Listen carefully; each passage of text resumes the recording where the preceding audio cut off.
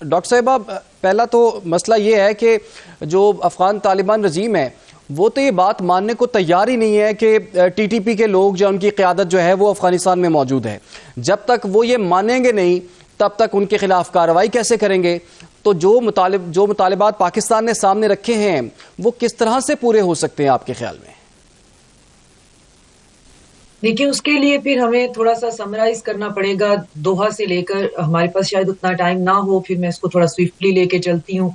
दोहा में जब ये बैठे हैं तो तालिबान अफगान रिजीम ने कहा है कि जी हम नहीं जानते टीटीपी कहाँ है या आपका इंटरनल जो है वो है।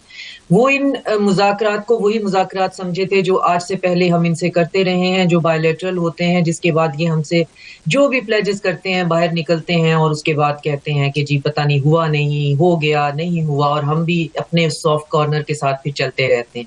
इस दफा पाकिस्तान ने अक्लमंदी ये की है कि उसने फिर जब रीजन के बाकी जो एक्टर्स हैं वो इन्वॉल्व किए हैं तो वो एक होलिस्टिक सिक्योरिटी जो है वो प्रोटोकॉल बनाने की बात कर रहे हैं और वो कह रहे हैं कि जी ये जो प्रोटोकॉल हम बनाएंगे ये डेमोन्स्ट्रेबल एक्शंस जो है वो अफगानिस्तान की तरफ से जो भी वो प्लेज करेंगे उनको देखना पड़ेगा। तो ये तुर्की में जाके फिर वहां पे फंस गए हैं। जो 18 घंटे का पहला डेडलॉक था उसमें ये मानते मानते वहीं पे माने हैं कि जी हम टीटीपी को जानते भी हैं, हम उनसे बात भी करेंगे, और फिर उन्हीं मुज़ाकरात में इन्होंने कहा है कि वो हमारे कंट्रोल में नहीं है, आप उनको भी टेबल पे बिठाएं। तो पहले दिन का डेडलॉक भी यही था कि उनको टेबल पे बिठाने पे कोई भी पार्टी राजी नहीं थी। अगले दिन फिर बात ये हुई कि जी ठीक है हम उनसे बात करते हैं, और फिर हर एक कॉल के बाद जो है एक क्लॉज को पढ़ने के बाद एक बाहर काबुल में कॉल होती थी, फिर वहां से बात वापस आती थी, फिर इस तरह ये सिलसिला चलता रहा। क्योंकि वो इस तरह से फंस गए हैं, उनका ख्याल था कि ये पाकिस्तान के साथ वही आपस के हमारे वो हैं, हम मुआहदा करेंगे उसके बाद देखेंगे, लेकिन इस दफा जो है उनको जो भी वो प्लेज करेंगे वो मानना पड़ेगा। तो ये तो वो मान गए हैं कि टीटीपी हमारे पास है, लेकिन अब वो कह रहे हैं जी हमें कोई पॉलिटिकल सिक्योरिटी नेट दिया जाए वहां पे और साथ में कोई प्रोसीजरल मैकेनिज्म।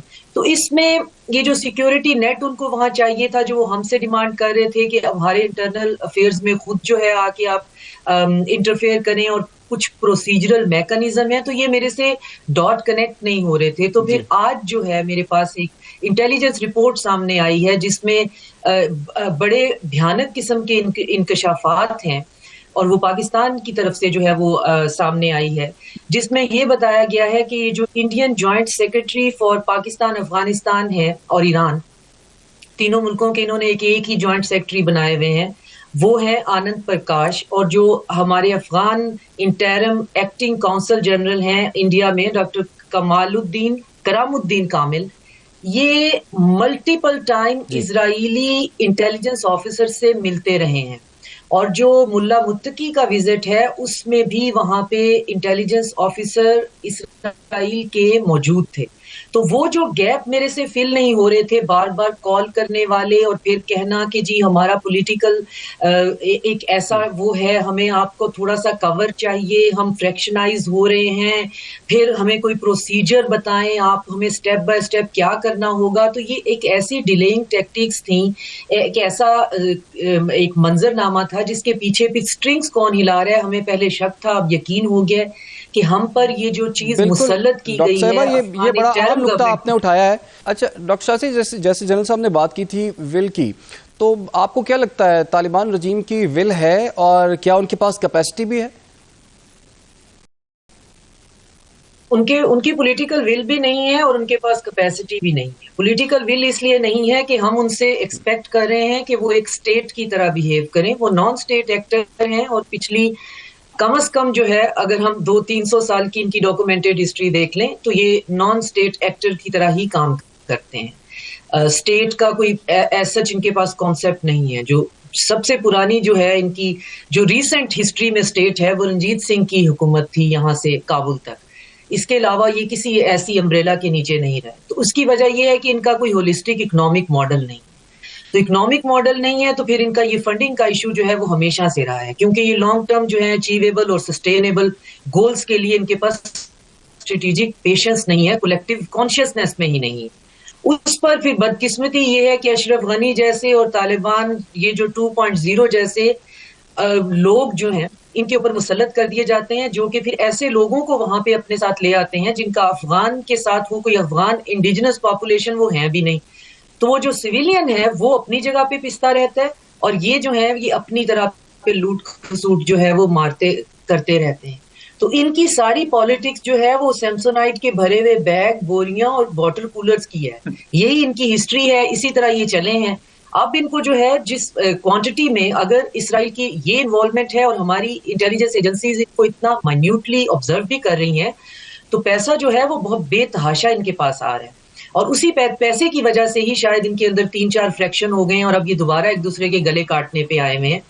तो अब हमने ये देखना है कि हमें एक बैड और वर्स्ट में से चूज करना है।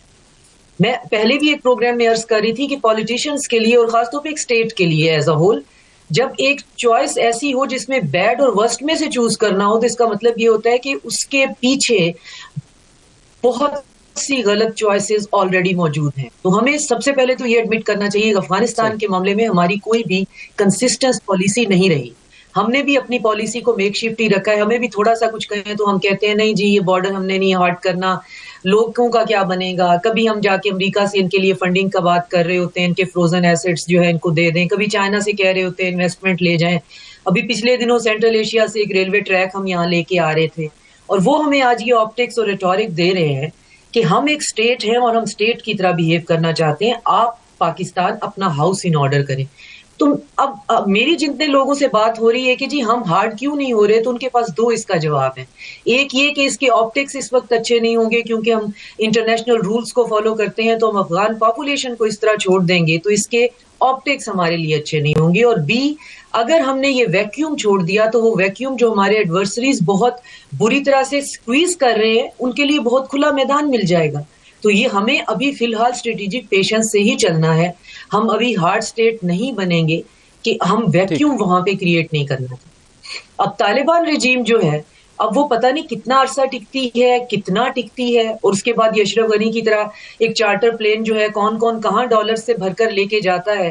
लेकिन हमारे लिए जो एक न्यूआंस है, एक डिलेमा है, ये वही है। हम 180 पे वहीं आके खड़े हुए हैं। ये मेरा ये कहना है कि अगर ये किसी एग्रीमेंट पे सिग्नेचर कर भी देते हैं, इनके पास कोई कैपेसिटी नहीं है कि वहां पे 30 से ज्यादा वहां जो डॉक्यूमेंटेड फ्रैक्शंस हैं वो इनके कंट्रोल में भी हैं। ये चाहे जितना भी दावा करें, इनको आप दिहाड़ी पे, मंथली पे, वीकली पे पैसे दें और आप इनसे जो भी करवा लें।